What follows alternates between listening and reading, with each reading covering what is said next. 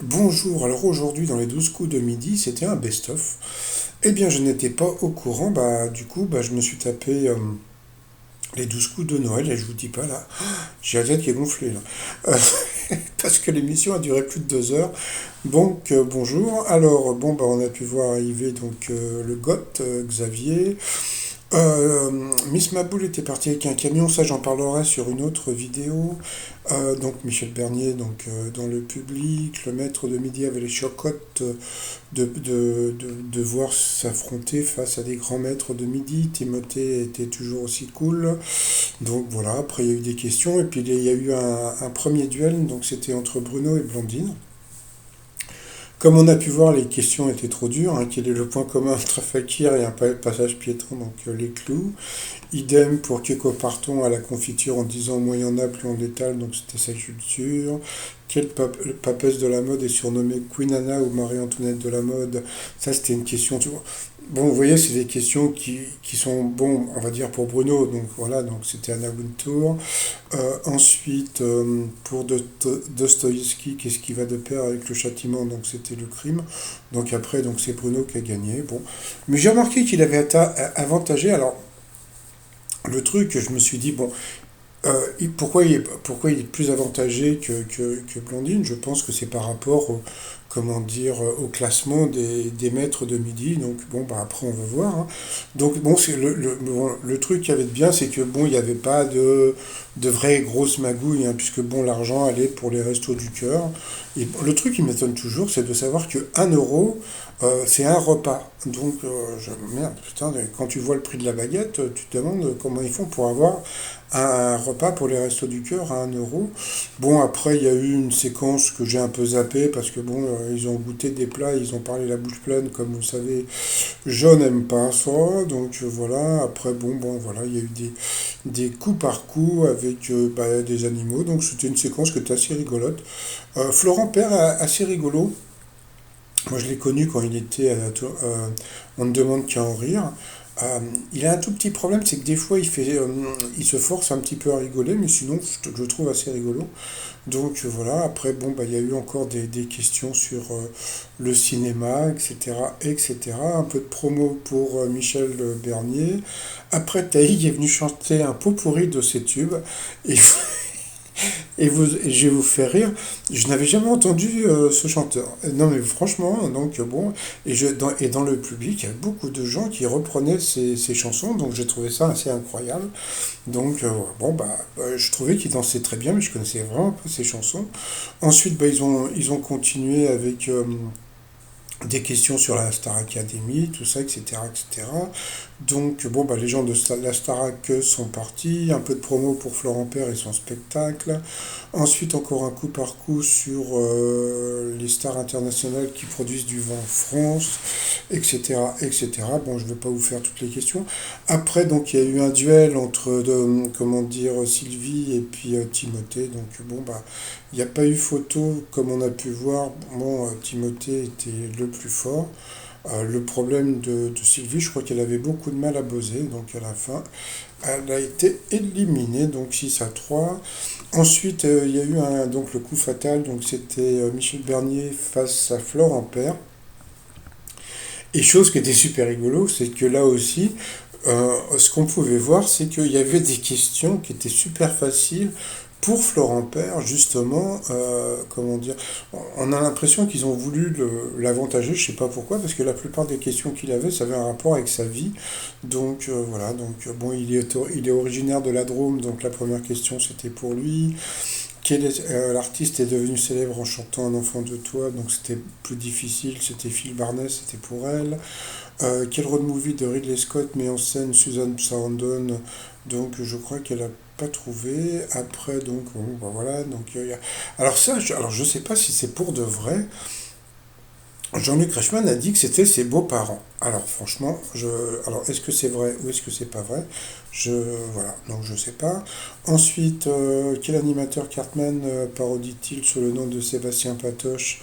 Donc bien sûr, c'était Patrick Sébastien. Et Cartman, comment dire, Florent Père le retrouve souvent dans l'émission d'Arthur. À qui est dédiée la chanson Eva de Kenji Chirac? Elle n'a pas trouvé, c'était pour sa fille. Qui a remporté la dernière saison de Danse avec les stars? Comme je vous le disais, encore des questions quelque part avantagées pour lui, puisque bon, il a fait Danse avec les stars cette année. Euh, dans quel film de 97 des hommes se déshabillent-ils sur le tube Hot Stuff de Donna Summer? Donc bon, bah, c'était The Full Monty. Elle a eu du mal, mais elle l'a quand même trouvé. Ça c'était super rigolo. Sur quelle commune se situe l'étang de l'Olivier? Donc c'était à Istres. Et vous savez pourquoi il connaissait?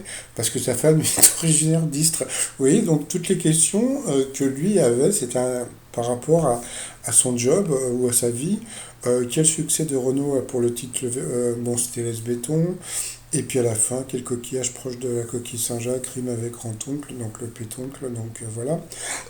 Pardon, ensuite, bon, il y a eu un genre de best-of qui était assez rigolo.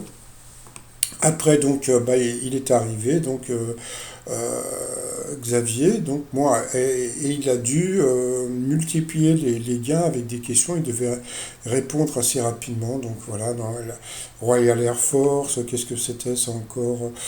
Ça, je sais pas ce que c'était. Culture romain, bon, bon, il y avait des questions bon, qui étaient assez difficiles quand même. Donc, comme on peut voir, bon, il avait quand même pas mal de questions qui étaient pas mal difficiles, mais il a réussi à faire grimper la cagnotte jusqu'à 14 fois.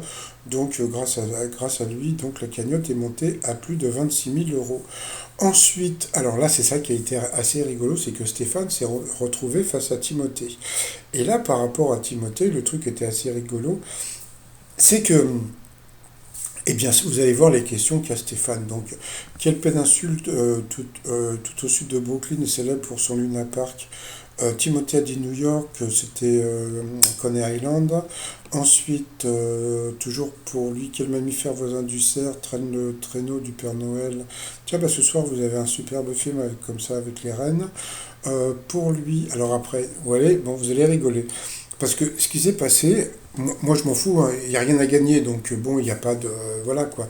Mais j'ai remarqué que pour Stéphane, pour éviter qu'il soit euh, on va dire humilié entre guillemets, attention, hein, je veux pas, voilà, ils lui ont mis que des questions de cinéma, de séries, et donc vous allez voir, donc aux frontières du réel, c'était X-Files. Après, qu'est-ce que vous aviez comme quel était le nom de famille de Lazare, le dernier poilu de la Première Guerre mondiale? Ça, c'était comment dire, pour Timothée, c'était je sais pas quoi, Botticelli, je sais pas quoi qui incarne, vous voyez, encore une question, ça c'était encore une question pour Stéphane, qui incarne la terrible chose Médée dans l'un des films de la saga James Bond, donc c'était Greg Jones. Pour Timothée dans Le Père Noël est une ordure, quelle friandise a comme un goût, une deuxième couche à l'intérieur? Le Doubichou, voilà. Là, regardez, encore une question pour Stéphane. Qui incarnait l'homme de l'Atlantique à la télé? Vous voyez, que des questions. Lui, il avait que des questions, vous voyez. C'est-à-dire que si on lui avait mis des questions d'histoire, il aurait été éliminé rapidement, quoi, vous voyez. Après, dans quelle nation du Royaume-Uni êtes-vous si vous êtes à Aberdeen? Ça c'était pour lui, pour Timothée, hein, c'était l'Écosse. Qui l'athlète américain était surnommé la loco de Waco Michael Jackson? Quel groupe américain doit-on le tube My Sharona en 1979? Ça, c'était une question dure pour Stéphane, vous voyez, c'était le Knax, je crois. Ensuite, toujours pour lui, à quelle partie de... Alors ça, d'abord j'aimerais, bon je sais pas si la production va regarder ma vidéo, mais bon, je voudrais vraiment vous remercier parce que au moins j'ai rigolé ce soir, quoi, aujourd'hui par rapport à hier soir, parce que franchement, avec quelle partie de notre corps actionne-t-on les freins d'un vélo? Moi j'ai essayé avec le nez, j'y arrive pas, donc c'était avec les mains. Donc là il a eu la question une question de débile, hein. C'est pas une question de bébé, là c'est une question de débile. Après, quel soldat d'élite de l'armée ottomane avait un nom qui commençait par la lettre J? Eh bien Timothée a trouvé le nom. Je sais plus ce que c'était, hein. Bon, passons. Dans la chanson, la musique est bonne. Où Jean-Jacques Goldman a-t-il rodé? Donc Stéphane a trouvé la bonne réponse. Dans quel parc national américain se situe le geyser nommé le vieux fidèle? C'était, je crois que c'était à Yosemite. Comment s'appelle le compagnon d'Artemis Gordon dans la série Les Mystères de l'Ouest? Vous voyez, encore une question de série pour, euh, pour Stéphane. Donc voilà. Donc s'il n'avait pas eu toutes ces questions sur le cinéma ou sur, comment dire, sur les séries, je pense que bon, ça aurait été une catastrophe, hein. Après, quel village des Pyrénées-Orientales a donné son nom? Bon, ça, il l'a pas trouvé, c'était pour Timothée. Toujours pour lui, David et Jonathan ont fait un tube. Bon, est-ce que tu viens pour les vacances? Pour Stéphane, quelle Française était sélectionnée pour arbitrer les matchs de Coupe du Monde de foot 2022? Donc c'était Frappard, donc là il l'a trouvé. Quel pilote de F1 a remporté son premier Grand Prix avec Mercedes au Brésil? Ça, Timothée n'a pas trouvé. Qui devient roi des Francs en 481? Vous voyez, donc ça, c'est pas le genre de question que va avoir Stéphane, donc c'était Clovis.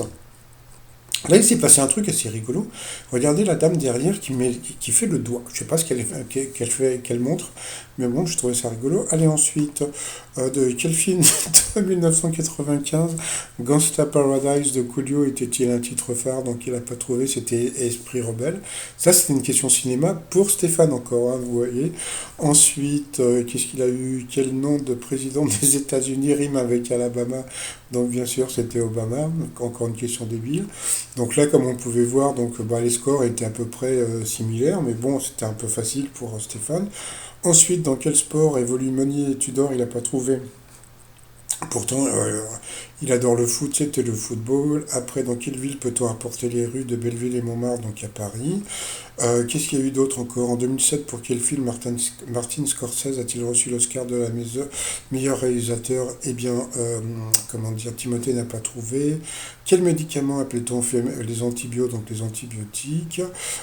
Ensuite, qu'est-ce que nous avons eu? Dans quelle série des années 90 Scott Bakula incarne-t-il Sam Beckett? Donc voilà, donc il connaissait la réponse, bah, c'est normal, c'était encore une question sur des séries ou sur le cinéma, donc il a perdu. Bon, il restait quand même une seconde, mais comme vous avez pu voir, toutes les questions, on va dire à 95%, pour Stéphane, ce sont des questions sur le cinéma et les séries. C'est-à-dire que, à part bien sûr l'histoire du frein, avec quel membre ça, franchement, merci la production. Donc après, il a été chouchouté par Michel Bernier. Après, donc ça a été le duel entre Bruno et Eric. Alors là, on s'est vraiment rendu compte que Eric, je suis désolé, Eric et Xavier, pour moi, c'est les deux boss, hein. Donc, parce que bon, quelque part, euh, comme il s'appelle, mince, oui, Paul, c'est complètement différent parce que lui, c'est une histoire de mémoire. Il apprend pas tout, quoi, vous voyez. Mais là, franchement, le Eric, bon, plutôt étonnant. Alors, en 95, quelle diva réputée capricieuse s'amuse en faisant du roller dans son clip Fantasy? Donc, c'était Maria Carey, vous voyez. Donc, ça, c'est les questions pour Bruno. Donc, les questions pour Bruno, ce sont des questions un peu people, un peu, vous voyez ce que je veux dire, un peu, on va dire, plus légères. Après, dans quel sport Brahim Maslow a-t-il été champion du monde? Ça, c'était la boxe, c'était facile. Dans quel roman de Madame de Lafayette, Mademoiselle de Chartres épouse-t-elle un prince? Vous voyez, une question difficile qu'a trouvé Eric. Après, dans quel pays habitent les personnes que l'on surnomme parfois les Kiwis Nouvelle-Zélande? Quel est à la fois le prénom de la sœur d'Elle Fanning et le nom des deux États américains? Vous voyez, donc encore une question, on va dire people, cinéma, mais bon, donc c'était Dakota. Toujours, là c'était pour Eric, quelle partie du pied a fait la renommée du footballeur Rabat Madjer? Franchement, mais qui connaît ce mec Rabat Madjer? Eh bien, Eric le connaissait, donc il avait marqué du talent. Donc voilà, donc comme ça là tu te rends compte un petit peu de la différence qu'il peut y avoir entre Eric et puis les autres maîtres de midi. Quelle grande station balnéaire de Loire-Atlantique comprend Escoublac dans son nom? Donc c'était une question pour Eric qui ne l'a pas, pour Bruno pardon qui ne l'a pas trouvé. C'était à la Baule. À quel peintre contemporain la ville de Rodez consacre-t-elle tout un musée? Donc c'était Soulage. Après, dans quel télécrochet musical entend-on la phrase Je te veux dans mon équipe? Donc The Voice. Ça c'était pour Bruno. Après, dans quel film Matt Damon compte-t-il un surdoué aux côtés de Robbie Williams? C'était Will Hunting. Quel être vivant est de Vitruve? Donc là c'était l'homme de Vitruve, c'était pour Bruno. Quel était le prénom de l'abbé Pierre? Eh bien, c'était Louis. Ouais, moi, je l'aurais appelé Pierre-Pierre, hein. Donc, ce n'était pas Pierre. Donc, bon, bah, Eric a trouvé. Quel demi-dieu de la mythologie est héros d'un film de Disney? Donc c'était Hercule, ça c'était une question pour Bruno. Quel roi de France est surnommé l'universel araigne? C'était Charles Quint. Donc là, ouais, j'ai appris récemment qu'il était décédé, je crois qu'il avait 53 ans, de la goutte, et il est mort en Espagne. Ouais, bon, ah, mais qui ramène sa science, j'ai appris ça il y a 3 jours.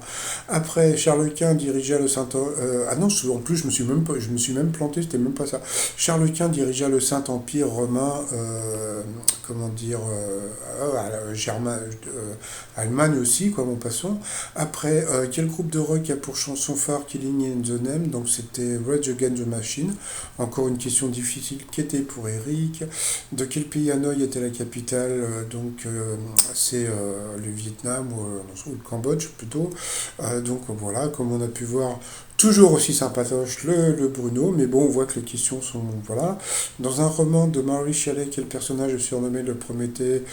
Donc c'était... comme... merde, je sais même plus son nom, la bestiole là. J'ai un trou, bon ça me reviendra. Bon, à la télévision, quel droit? Bon, c'était droit de réponse. Après, dans Les Misérables, qui se cache sous le nom de Monsieur Madeleine? C'était, je sais même plus son nom. À Lyon, comment appelait-on les ouvriers de la soie qui ont mené une célèbre révolte en 1831? C'était une question difficile, mais Bruno l'a donné sur le gong. Mais comme on a pu voir, c'est Eric qui a gagné, comme je vous avais dit. Donc voilà, Eric est le grand gagnant des 12 coups de Noël, mais bon, c'est vraiment mérité parce que lui, il a eu vraiment que des questions qui étaient... tout était mélangé dans ces questions par rapport à Stéphane et Bruno qui avaient des questions qui étaient, on va dire, dans leur domaine. Donc voilà, bon bah bravo quand même à l'émission qui a donné près de 90 000 € pour les restos du cœur, et puis bah sinon... Voilà, je viens de me taper, putain, 17 minutes ma vidéo, je suis désolé. Je viens de me taper 2 heures des 12 coups de Noël et franchement, j'aurais pas pu hier soir. Allez, je vous souhaite encore de bonnes fêtes et puis bah, je vous dis à plus tard, bye bye.